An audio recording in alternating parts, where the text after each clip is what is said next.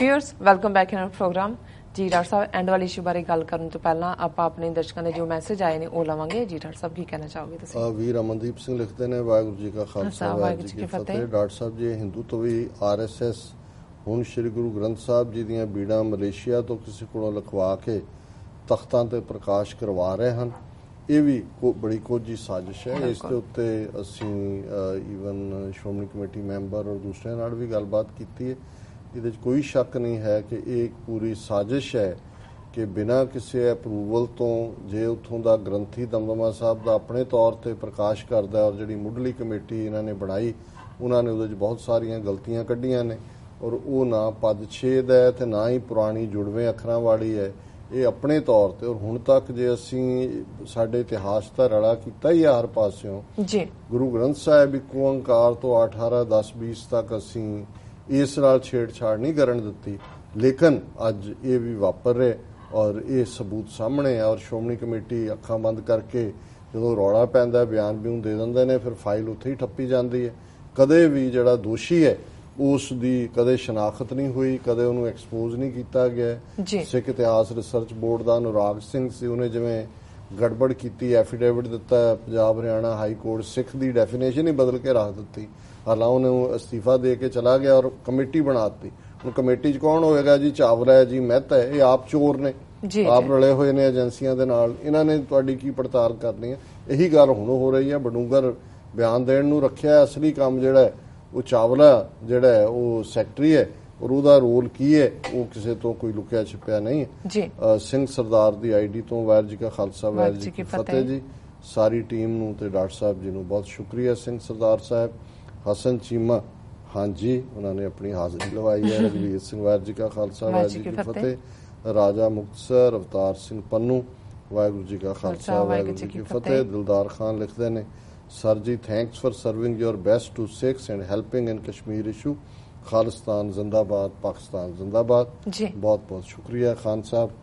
साडी ये कोशिश है कि सच नूं सच कहण दी हिम्मत साडा रब अल्लाह ताला वाहिगुरू सानू बख्शे और हर दुखी हर जुल्म का शिकार कौम किते भी है उस दे लई साडी आवाज़ हमेशा ही बुलंद होंदी रहेगी। इसी तरह मैं देखता हूँ कि दूसरे सैगमेंट का जे रोल चल रहा तो हुण असीं अपने थर्ड इशू वाल आ जाने।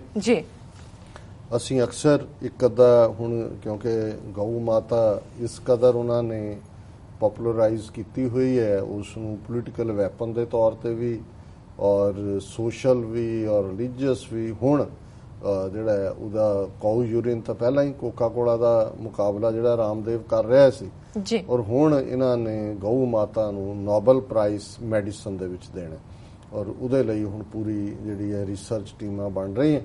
और ये जिहड़ी गां भी है ये जर्सी गावां नहीं जिहड़ियां बहुत ये देसी गावां जिहड़ियां बिल्कुल वो भी यूपी बिहार दियां, वो द्रावड़ वालियां नहीं। हुण कर्नाटक वालियां दा झंडा अड्ड होना है फिर उन्हां गावां च भी वो सत्या नहीं रहनी।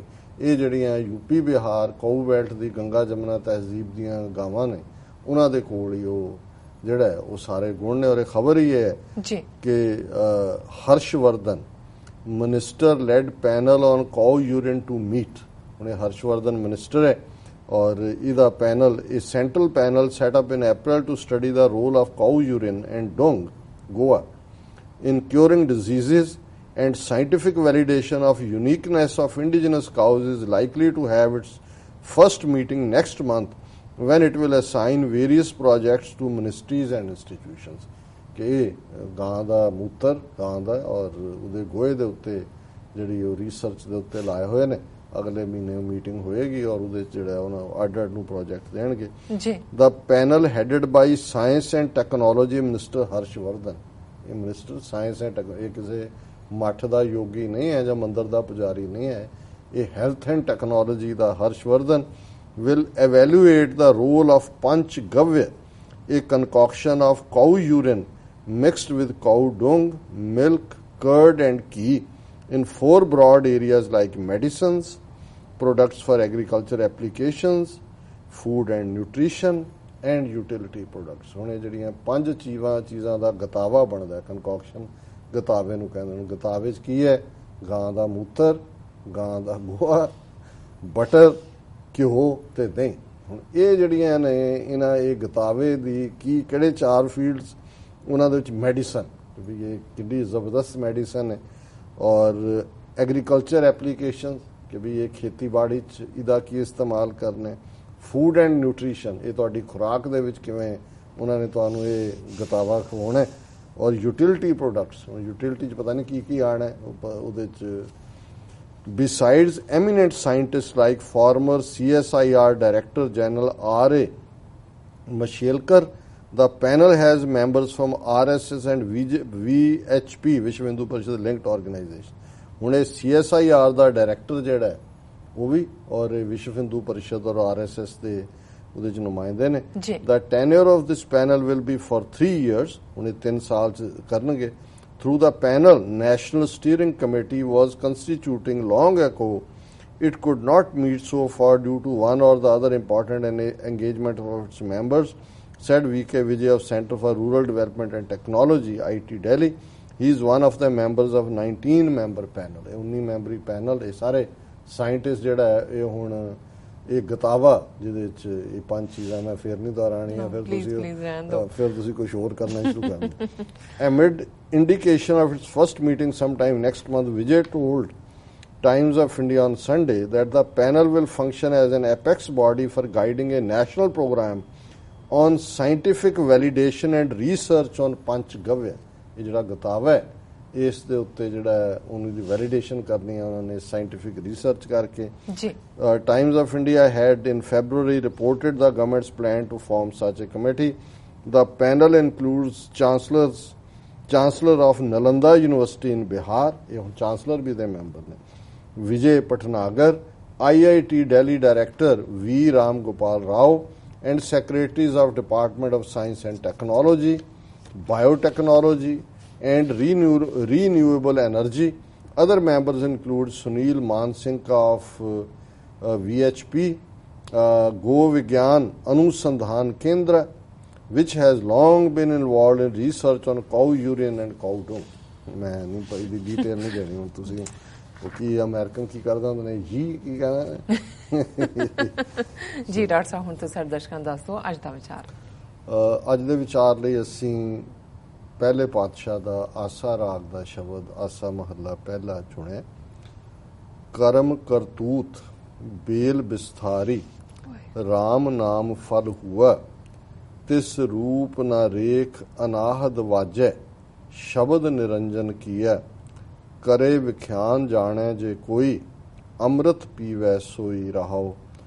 ਜਿਨਹਿ ਪਿਆ ਸੇ ਮਸਤ ਭਏ ਹੈਂ, ਟੂਟੇ ਬੰਧਨ ਫਾਹੇ, ज्योति जोत समाणी भीतर, ता छोड़े माया के लाहे, सर्ब जोत रूप तेरा देखिया, सगल भवन तेरी माया, रारै रूप निरालम बैठा, नदर करे विच छाया, बीणा शब्द वजावै जोगी, दर्शन रूप अपारा, शब्द अनाहद सो शौ राता, नानक कह विचारा। जी ਇਸ ਸ਼ਬਦ ਦੇ ਵਿੱਚ ਕਿ ਰੱਬ ਦਾ ਕੁੱਲ ਦੁਨੀਆ ਦੇ ਉੱਤੇ ਰੱਬ ਦਾ ਨਿਰੰਜਨ ਰੂਪ ਉਹੀ ਬਿਆਨ ਕਰ ਸਕਦਾ ਹੈ, ਉਹੀ ਉਸ ਦਾ ਵਿਖਿਆਨ ਕਰ ਸਕਦਾ ਹੈ, ਉਹੀ ਉਸ ਬਾਰੇ ਦੱਸ ਸਕਦਾ ਹੈ। ਕਰੇ ਵਿਖਿਆਨ ਜਾਣੈ ਜੇ ਕੋਈ, ਅੰਮ੍ਰਿਤ ਪੀਵੈ ਸੋਈ, ਕਿ ਜਿਸ ਨੇ ਉਸ ਨੂੰ ਜਾਣ ਲਿਆ ਸਮਝ ਲਿਆ ਉਸ ਦੇ ਨਾਮ ਦੇ ਅੰਮ੍ਰਿਤ ਨੂੰ ਪੀਤਾ ਹੈ, ਉਸ ਦੇ ਅੰਦਰ ਉਹ ਅਹਿਸਾਸ ਵਾਹਿਗੁਰੂ ਦੀ ਹੋਂਦ ਦਾ ਅਨਹਦ ਸ਼ਬਦ ਦੇ ਰੂਪ ਦੇ ਵਿੱਚ ਸਦਾ ਲਈ ਸਥਿਰ ਹੋ ਗਿਆ। ਤੇ ਫਿਰ ਕੀ ਹੈ?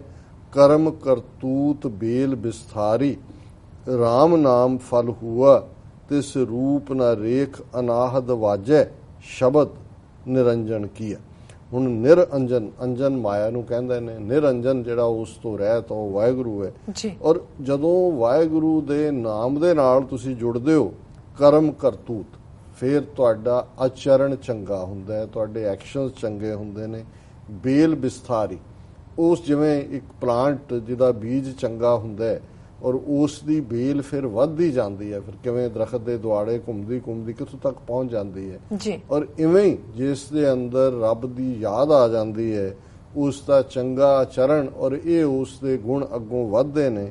ਰਾਮ ਨਾਮ ਫਲ ਹੁਆ, ਉਹਦੇ ਅੰਦਰ ਫਿਰ ਰਾਮ ਦੇ ਨਾਮ ਦਾ, ਰਮੇ ਹੋਏ ਵਾਹਿਗੁਰੂ ਦੀ ਹੋਂਦ ਦਾ ਅਹਿਸਾਸ ਇਹ ਫਲ ਰੂਪ ਦੇ ਵਿੱਚ ਪ੍ਰਗਟ ਹੁੰਦਾ ਹੈ ਉਸ ਵਧੀ ਹੋਈ ਵੇਲ ਦੇ ਵਿੱਚ। ਔਰ ਇਹ ਗੱਲ ਦੀ ਸਮਝ ਆ ਜਾਂਦੀ ਹੈ ਕਿ ਤਿਸ ਰੂਪ ਨਾ ਰੇਖ ਅਨਾਹਦ ਵਾਜੇ, ਕਿ ਉਸ ਵਾਹਿਗੁਰੂ ਦੀ ਕੋਈ ਸ਼ਕਲ ਨਹੀਂ ਹੈ। ਰੇਖ ਚਿਹਨ ਨੂੰ ਕਹਿੰਦੇ ਨੇ, ਕਿ ਜਿਹਨੂੰ ਅਸੀਂ ਪੜ੍ਹਦੇ ਹਾਂ ਕਿ ਸ਼੍ਰੀ ਮੁਖਵਾਕ ਜਾਪ ਸਾਹਿਬ ਜਦੋਂ ਪੜ੍ਹਦੇ ਹਾਂ ਤਾਂ ਅਸੀਂ ਕਹਿੰਦੇ ਹਾਂ ਵੀ ਇਹ ਜਿਹੜਾ ਚੱਕਰ ਚਿਹਨ ਅਰ ਬਰਨ ਜਾਤ ਅਰ ਪਾਤ ਨਹਿਨ ਜੈ, ਕਿ ਉਸ ਦਾ ਚੱਕਰ ਚਿਹਨ ਨਹੀਂ ਹੈ, ਉਹ ਨਿਰੰਜਨ ਹੈ, ਮਾਇਆ ਤੋਂ ਪਰੇ ਹੈ। ਔਰ ਉਸ ਦੀ ਜਿਹੜਾ ਉਸ ਦਾ ਰੂਪ ਨਾ ਰੇਖ ਅਨਾਹਦ ਵਾਜੇ। ਅਨਾਹਦ ਉਹ ਸ਼ਬਦ ਹੈ ਜਿਹੜਾ ਬਿਨਾਂ ਜਿਹੜਾ ਆਹਤ ਤੋਂ ਬਿਨਾਂ ਦੋ ਅਦਰਵਾਈਜ਼ ਆਵਾਜ਼ ਦੋ ਚੀਜ਼ਾਂ ਦੇ ਟਕਰਾਅ ਨਾਲ ਹੁੰਦੀ ਹੈ। ਜਦੋਂ ਤੁਹਾਡੇ ਅੰਦਰ ਵਾਹਿਗੁਰੂ ਦੇ ਨਾਮ ਦੀ ਉਹ ਜਿਸ ਨੂੰ ਭਾਈ ਰਣਧੀਰ ਸਿੰਘ ਨਾਮ ਦਾ ਖੰਡਾ ਖੜਕਣਾ ਕਹਿੰਦੇ ਨੇ, ਖੰਡਾ ਖੜਕਦਾ ਤੇ ਫਿਰ ਉਹ ਅਨਹਦ ਸ਼ਬਦ ਜਿਹੜਾ ਹੈ ਉਸ ਦਾ ਤੁਸੀਂ ਉਸ ਦੇ ਵਿੱਚ ਸਮਾਏ ਹੁੰਦੇ ਹੋ। ਸ਼ਬਦ ਨਿਰੰਜਨ ਕੀਆ ਔਰ ਜਿਨੇ ਪੀਆ ਸੇ ਮਸਤ ਭਏ ਹੈ ਟੂਟੇ ਬੰਧਨ ਫਾਹੇ, ਤੇ ਜਿਨ੍ਹਾਂ ਨੇ ਫਿਰ ਇਸ ਵਾਹਿਗੁਰੂ ਦੇ ਨਾਮ ਰੂਪੀ ਇਸ ਅੰਮ੍ਰਿਤ ਨੂੰ ਪੀ ਲਿਆ, ਉਹਨਾਂ ਦੇ ਅੰਦਰ ਇੱਕ ਮਸਤੀ ਆਈ, ਇੱਕ ਸਟੇਟ ਆਫ ਬਲਿਸ ਆਈ, ਇੱਕ ਆਨੰਦ ਆਇਆ। ਉਸ ਦੇ ਪਿਆਰ ਦੇ ਵਿੱਚ, ਉਸ ਦੇ ਨਾਮ ਦੇ ਵਿੱਚ, ਉਸ ਦੀ ਯਾਦ ਦੇ ਵਿੱਚ ਝੂਮਦੇ ਨੇ, ਝੂਲਦੇ ਨੇ। ਟੂਟੇ ਬੰਧਨ ਫਾਏ, ਉਹਨਾਂ ਦੇ ਅੰਦਰੋਂ ਸਾਰੇ ਜਿਹੜੇ ਮਾਇਆ ਦੇ ਬੰਧਨ ਨੇ ਉਹ ਟੁੱਟ ਗਏ, ਕੋਈ ਉਹਨਾਂ ਨੂੰ ਮਾਇਆ ਦੀ ਪਕੜ ਨਹੀਂ ਹੈ। ਜੋਤੀ ਜੋਤ ਸਮਾਣੀ ਭੀਤਰ ਤਾਂ ਛੋਡੇ ਮਾਇਆ ਕੇ ਲਾਹੇ, ਜਦੋਂ ਉਸ ਵਾਹਿਗੁਰੂ ਦੀ ਜੋਤ ਉਸ ਦੀ ਯਾਦ ਅੰਦਰ ਵਸ ਗਈ ਤਾਂ ਫਿਰ ਮਾਇਆ ਦੀ ਦੌੜ, ਕਿ ਮਾਇਆ ਲਈ ਲਾਹਾ ਸਵੇਰ ਤੋਂ ਸ਼ਾਮ ਤੱਕ ਤੁਸੀਂ ਦੌੜ ਰਹੇ ਹੋ, ਸਹਿਜ ਖਟੇ ਲੱਖ ਕੋ ਉਠ ਤਾਵੇ, ਤ੍ਰਿਪਤ ਨਾ ਆਵੇ ਮਾਇਆ ਪਾਛੇ ਪਾਵੇ। ਪਰ ਇੱਥੇ ਗੁਰੂ ਸਾਹਿਬ ਫਰਮਾਉਂਦੇ ਨੇ ਕਿ ਜਦੋਂ ਉਸ ਦੀ ਜੋਤ ਤੁਹਾਡੇ ਅੰਦਰ ਟਿਕ ਗਈ, ਸਮਾ ਗਈ, ਤਾਂ ਛੋਡੇ ਮਾਇਆ ਕੇ ਲਾਹੇ, ਫਿਰ ਇਹ ਮਾਇਆ ਦੀ ਦੌੜ ਜਿਹੜੀ ਹੈ ਉਹ ਸਭ ਖਤਮ ਹੋ ਜਾਂਦੀ ਹੈ, ਛੁੱਟ ਜਾਂਦੀ ਹੈ। ਸਰਬ ਜੋਤ ਰੂਪ ਤੇਰਾ ਦੇਖਿਆ, ਸਗਲ ਭਵਨ ਤੇਰੀ ਮਾਇਆ, ਰਾਰੈ ਰੂਪ ਨਿਰਾਲਮ ਬੈਠਾ, ਨਦਰ ਕਰੇ ਵਿੱਚ ਛਾਇਆ, ਕਿ ਸਾਰਿਆਂ ਦੇ ਵਿੱਚ ਤੇਰੀ ਜੋਤ ਹੈ। ਇਹ ਜਦੋਂ ਮਸਤ ਪਏ ਹੈ ਵਾਲੀ ਸਥਿਤੀ ਆਈ, ਫਿਰ ਤੁਹਾਨੂੰ ਨਜ਼ਰ ਆਇਆ ਕਿ ਜਤ ਦੇਖਾਂ ਤੂੰ ਹੀ, ਕਿ ਵੀ ਮੈਂ ਜਿੱਧਰ ਦੇਖਦਾ ਸਰਬ ਜੋਤ ਰੂਪ ਤੇਰਾ ਦੇਖਿਆ, ਮੈਂ ਤੈਨੂੰ ਹੀ ਦੇਖਦਾ। ਔਰ ਇਹੀ ਜਦੋਂ ਅਸੀਂ ਭਾਈ ਕਨ੍ਹਈਆ ਜੀ ਦਾ ਜ਼ਿਕਰ ਕਰਦੇ ਹਾਂ ਕਿ ਕਿਵੇਂ ਜੰਗ ਦੇ ਮੈਦਾਨ ਵਿੱਚ ਸੱਜਣ ਔਰ ਦੁਸ਼ਮਣ ਸਭ ਨੂੰ ਪਾਣੀ ਪਿਆ ਰਹੇ ਨੇ ਔਰ ਸਿੱਖ ਸ਼ਿਕਾਇਤ ਕਰਦੇ ਨੇ। 10ਵੇਂ ਪਾਤਸ਼ਾਹ ਕਹਿੰਦੇ ਨੇ ਕਿ ਭਾਈ ਸਾਹਿਬ ਤੁਹਾਡੀ ਸ਼ਿਕਾਇਤ ਆਈ ਹੈ, ਤੇ ਭਾਈ ਵੀਰ ਸਿੰਘ ਜੀ ਨੇ ਬੜੀ ਖੂਬਸੂਰਤ ਨਜ਼ਮ ਲਿਖੀ ਹੈ। ਉਹਦੀ ਪਹਿਲੀ ਲਾਈਨ ਇਹ ਹੈ ਕਿ ਤੈਨੂੰ ਪਿਆ ਪਿਲਾਵਾਂ ਪਾਣੀ ਮੇਰੇ ਦਿਲ ਦੇ ਸਾਈਂ, ਕਿ ਮੈਂ ਤਾਂ ਤੁਹਾਨੂੰ ਪਾਣੀ ਪਿਆਉਂਦਾ, ਮੈਂ ਜਿੱਧਰ ਦੇਖਦਾ ਮੈਨੂੰ ਤੁਹਾਡਾ ਰੂਪ ਨਜ਼ਰ ਆਉਂਦਾ, ਮੈਨੂੰ ਤਾਂ ਕੋਈ ਸੱਜਣ ਦੁਸ਼ਮਣ ਦੇ ਵਿੱਚ ਕੋਈ ਫਰਕ ਨਜ਼ਰ ਆਉਂਦਾ ਹੀ ਨਹੀਂ ਹੈ। ਇਹ ਹੈ ਕਿ ਵੀ ਸਰਬ ਜੋਤ ਰੂਪ ਤੇਰਾ ਦੇਖਿਆ, ਸਗਲ ਭਵਨ ਤੇਰੀ ਮਾਇਆ, ਕਿ ਇਹ ਸਾਰੀ ਕਾਇਨਾਤ, ਇਹ ਦੁਨੀਆ ਜਿਹੜਾ ਹੈ ਇਹ ਤੇਰੀ ਬਣਾਈ ਹੋਈ ਹੈ, ਤੇਰੀ ਕ੍ਰਿਤ ਹੈ। ਰਾਰੈ ਰੂਪ ਨਿਰਾਲਮ ਬੈਠਾ, ਰਾਰੈ ਹੁੰਦਾ ਝਗੜਾ, ਕਿ ਵੀ ਇਸ ਸਾਰੇ ਇਹ ਝਗੜਾਲੂ ਸੰਸਾਰ ਹੈ, ਇੱਕ ਦੂਜੇ ਵਿੱਚ ਪਲਚ ਪਲਚ ਸਗਲੀ ਮੂਈ, ਝੂਠੇ ਤੰਦੈ ਮੋਹ, ਇਕਸ ਹਰ ਕੇ ਨਾਮ ਬਿਨ ਅੱਗੇ ਲਈਐ ਖੋਏ, ਦੈ ਵਿਸਾਰ ਵਿਗੁਚਣਾ ਪ੍ਰਭ ਬਿਨ ਅਵਰ ਨਾ ਕੋਈ। ਹੁਣ ਇਹ ਪਲਚ ਪਲਚ ਸਗਲੀ ਮੂਈ, ਸਗਲੀ ਸੰਸਾਰ ਹੈ ਦੁਨੀਆ, ਪਲਚ ਪਲਚ ਕੇ ਫਸ ਕੇ ਜਿਹੜੇ ਨੇ ਉਹ ਇੱਕ ਦੂਜੇ ਦੇ ਵਿੱਚ ਖਵਾਰ ਹੋ ਰਹੇ ਨੇ। ਤੇ ਗੁਰੂ ਸਾਹਿਬ ਨੇ ਫਰਮਾਇਆ ਰਾਰੈ ਰੂਪ, ਇਹ ਦੁਨੀਆ ਦੇ ਵਿੱਚ ਝਗੜੇ ਦਾ ਰੂਪ ਹੈ, ਚਾਰ ਚਫੇਰੇ, ਨਿਰਾਲਮ ਬੈਠਾ। ਪਰ ਇਸ ਸੰਸਾਰ ਦੇ ਵਿੱਚ ਹੀ ਵਾਹਿਗੁਰੂ ਹੈ, ਪਰ ਉਹ ਨਿਰਾਲਮ ਹੈ, ਇੱਕ ਵੱਖਰਾ ਹੋ ਕੇ ਬੈਠਾ ਹੈ, ਨਿਰਲੇਪ ਹੋ ਕੇ ਬੈਠਾ ਹੈ। ਨਦਰ ਕਰੇ ਵਿੱਚ ਛਾਇਆ, ਉਸ ਦਾ ਅਕਸ ਪੈਂਦਾ, ਤੁਸੀਂ ਦੇਖਦੇ ਹੋ ਉਹਦਾ ਅਕਸ ਹੈ, ਪਰ ਉਹ ਉਸ ਮਾਇਆ ਤੋਂ ਨਿਰਲੇਪ ਹੈ। ਬੀਣਾ ਸ਼ਬਦ ਵਜਾਵੇ ਜੋਗੀ, ਦਰਸ਼ਨ ਰੂਪ ਅਪਾਰਾ, ਸ਼ਬਦ ਅਨਾਹਦ ਸੋ ਸ਼ੋਹਰਾਤਾ, ਨਾਨਕ ਕਹਿ ਵਿਚਾਰ। ਹੁਣ ਜੋ ਕਿ ਜੋਗ ਮਤ ਦਾ ਜ਼ੋਰ ਸੀ, ਅਸੀਂ ਅਕਸਰ ਜ਼ਿਕਰ ਕਰਦੇ ਹਾਂ, ਔਰ ਜੋਗੀਆਂ ਦੇ ਕੋਲ ਇੱਕ ਵੀਣਾ ਹੁੰਦੀ ਹੈ ਜਿਹਨੂੰ ਸ਼ਿਵ ਜੀ ਦੀ ਵੀਣਾ ਕਹਿੰਦੇ ਨੇ, ਕਿਉਂਕਿ ਜੋਗੀਆਂ ਦਾ ਗੁਰੂ ਸ਼ਿਵ ਹੈ। ਤੇ ਹੁਣ ਇੱਥੇ ਗੁਰੂ ਸਾਹਿਬ ਇਹ ਯਾਦ ਕਰਵਾਉਂਦੇ ਨੇ ਕਿ ਭਾਈ ਇਸ ਕਿਸਮ ਦਾ ਇਨਸਾਨ, ਮਨੁੱਖ, ਪੁਰਖ ਜਾਂ ਇਸਤਰੀ, ਜਿਸ ਦੇ ਅੰਦਰ ਰੱਬ ਦੀ ਯਾਦ ਪੁੜ ਗਈ, ਅਨਹਦ ਸ਼ਬਦ ਦੇ ਵਿੱਚ ਉਹ ਵਸਦਾ ਹੈ, ਉਹਨੂੰ ਸਾਰਿਆਂ ਦੇ ਵਿੱਚ ਉਹ ਰੂਪ ਨਜ਼ਰ ਆਉਂਦਾ ਹੈ, ਉਹ ਮਾਇਆ ਦੇ ਝਗੜੇ ਤੋਂ ਪਰੇ ਹੈ, ਉਹ ਮਾਇਆ ਦੇ ਲਾਹ 'ਚ ਨਹੀਂ ਪੈਂਦਾ, ਤੇ ਬੀਣਾ ਸ਼ਬਦ ਵਜਾਵੇ, ਇਹ ਉਹ ਜੋਗੀ ਹੈ ਅਸਲ ਦੇ ਵਿੱਚ ਜੋਗ ਮਿਲਣ ਨੂੰ ਕਹਿੰਦੇ ਨੇ, ਉਹ ਰੱਬ ਦੇ ਨਾਲ ਮਿਲਿਆ ਹੋਇਆ ਉਹ ਇਨਸਾਨ ਹੈ ਜਿਹਦੀ ਵੀਣਾ ਜਿਹੜੀ ਹੈ ਉਹ ਸ਼ਬਦ ਹੈ, ਉਸ ਦੇ ਅੰਦਰ ਸ਼ਬਦ ਦਾ ਜਿਹੜਾ ਪਸਾਰ ਹੈ ਉਹ ਵੀਣਾ ਦਰਸ਼ਨ ਰੂਪ ਅਪਾਰ, ਔਰ ਉਹਨੂੰ ਹਰ ਪਾਸੇ ਉਸ ਅਪਰੰਪਾਰ ਵਾਹਿਗੁਰੂ ਦਾ ਦਰਸ਼ਨ ਹੋ ਰਿਹਾ। ਸ਼ਬਦ ਅਨਾਹਦ ਸੋ ਸ਼ੌ ਰਤ, ਨਾਨਕ ਕਹੈ ਵਿਚਾਰ, ਕਿ ਵਿਚਾਰ ਕੇ ਖਿਆਲ ਦੇ ਨਾਲ ਪਾਤਸ਼ਾਹ ਕਹਿ ਰਹੇ ਨੇ ਪਹਿਲੇ ਪਾਤਸ਼ਾਹ ਕਿ ਉਸ ਦੇ ਅੰਦਰ ਉਹ ਅਨਹਦ ਸ਼ਬਦ ਵਸਦਾ ਤੇ ਉਹ ਪਿਆਰੇ ਦੇ ਪਿਆਰ ਦੇ ਵਿੱਚ ਰਤਿਆ ਹੋਇਆ। ਸੋ ਸ਼ੌ ਰਤ ਨਾਨਕ ਕਹੇ ਵਿਚਾਰ। ਇਹ ਅੱਜ ਦਾ ਵਿਚਾਰ ਜੀ। ਡਾਕਟਰ ਸਾਹਿਬ ਤੁਹਾਡਾ ਬਹੁਤ ਬਹੁਤ ਸ਼ੁਕਰੀਆ, ਤੁਸੀਂ ਅੱਜ ਦੇ ਅਹਿਮ ਇਸ਼ੂ ਤੇ ਅੱਜ ਦਾ ਵਿਚਾਰ ਸਾਡੇ ਦਰਸ਼ਕਾਂ ਨਾਲ ਸਾਂਝਾ ਕੀਤਾ। ਇਸ ਨਾਲ ਆਪਣੇ ਵਿਊਅਰਸ ਕੋਲ ਲੈਣੇ ਇਜਾਜ਼ਤ। ਵਿਊਅਰਸ, ਸਾਡੇ ਪ੍ਰੋਗਰਾਮ ਦਾ ਸਮਾਂ ਇੱਥੇ ਸਮਾਪਤ ਹੁੰਦਾ। ਤੁਸੀਂ ਆਪਣੀ ਰਾਏ ਤੇ ਸੁਝਾਅ ਸਾਨੂੰ ਭੇਜਣਾ ਭੁੱਲਣਾ ਸਾਡੇ ਇਸ ਪਤੇ ਤੇ sos@tv84.tv ਤੇ ਅਸੀਂ ਆਪਣਾ ਪ੍ਰੋਗਰਾਮ ਲੈ ਕੇ ਫਿਰ ਦੁਬਾਰਾ ਹਾਜ਼ਰ ਹੋਵਾਂਗੇ। ਤਦ ਤੱਕ ਲਈ ਮੈਨੂੰ ਤੇ ਬ੍ਰਾਂਸ ਆਗਿਆ ਦਿਓ। ਦੇਖਦੇ ਰਹੋ TV84। ਬੁਲਾ ਦਿਓ ਫਤਿਹ। ਵਾਹਿਗੁਰੂ ਜੀ ਕਾ ਖਾਲਸਾ, ਵਾਹਿਗੁਰੂ ਜੀ ਕੀ ਫਤਿਹ।